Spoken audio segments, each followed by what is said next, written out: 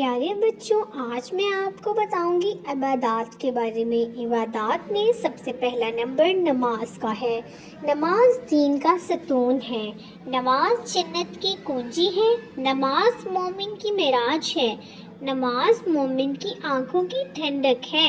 نماز قرب الہی کا بہترین ذریعہ ہے۔ نماز اللہ تعالیٰ کی رضا کا باعث ہے۔ نماز پریشانیوں اور بیماریوں سے نجات کا ذریعہ ہے۔ نماز بے حیائی اور برائی سے روکتی ہے۔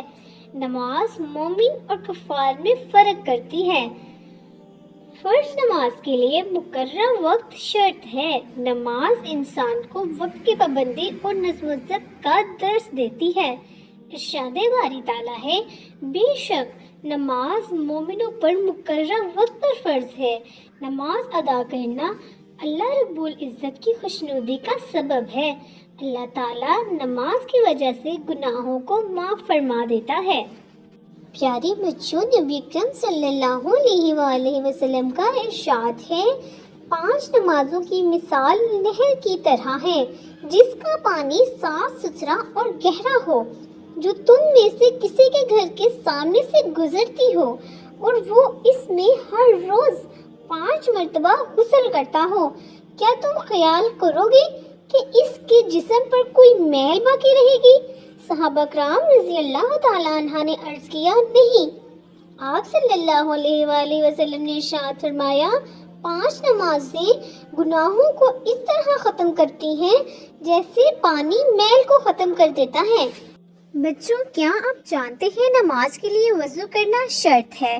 جب انسان وضو کرتا ہے تو ہاتھ دھونا، دانت صاف کرنا، ناک میں پانی چڑھانا، منہ دھونا، سر کا مسح کرنا اور پاؤں دھونا ظاہری طور پر انسان کو طہارت و پاکیزگی بخشتے ہیں۔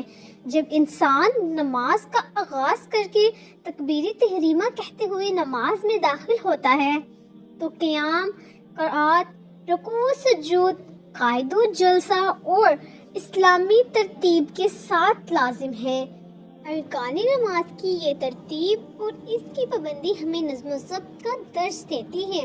انفرادی نماز کے ساتھ ساتھ باجماعت نماز ادا کرنے کی بہت فضیلت ہے۔ نبی کریم خاتم النبیین صلی اللہ علیہ وآلہ وصحبہ وسلم نے ارشاد فرمایا، باجماعت نماز کے لیے نماز سے 27 درجے افضل ہے۔ ایک اور مقام پر آپ خاتم النبیین صلی اللہ علیہ وآلہ وصحبہ وسلم نے ارشاد فرمایا کہ جو شخص نماز عشاء باجماعت ادا کرتا ہے تو اس کی آدھی رات کے قیام کا ثواب ملتا ہے، اور جو فجر کی نماز جماعت کے ساتھ ادا کرتا ہے اس کو بقیہ آدھی رات کا ثواب مل جاتا ہے۔ گویا نماز ایک امانت ہے، اس امانت کو بر وقت ادا کرنا ہی مطلوب ہے۔ مسجد میں جا کر نماز ادا کرنا اس لیے بھی باعث اعزاز ہے کہ وہ اللہ تعالیٰ کا گھر ہے۔ اس عظیم گھر سے نسبت نمازی کو عظیم بنا دیتی ہے۔ حدیث مبارکہ میں ہے کہ اگر منافقوں کی طرح بلا عزیز مسجدوں کو چھوڑ کر اپنے گھروں میں نماز پڑھنے لگو تو اپنی نبی کی سنت چھوڑ بیٹھو گے، اور اگر اپنے نبی کی سنت چھوڑ دو گے تو گمراہ ہو جاؤ گے۔ پیارے بچوں، نماز کے بہت سے فائدے ہیں، جیسے گھر سے مسجد کی طرف چل کر جانا اور مسجد میں نماز کو اس کی شرائط کا لحاظ کرتے ہوئے ادا کرنا انسان کو جسمانی اور روحانی طور پر مضبوط رکھتا ہے۔ فجر کی نماز کے لیے صبح کو بر وقت اٹھنا، چہل قدمی کرتے ہوئے مسجد جانا بذات خود ورزش کا درجہ رکھتا ہے، جس سے انسان کو روحانی اور جسمانی فائدہ حاصل ہوتا ہے۔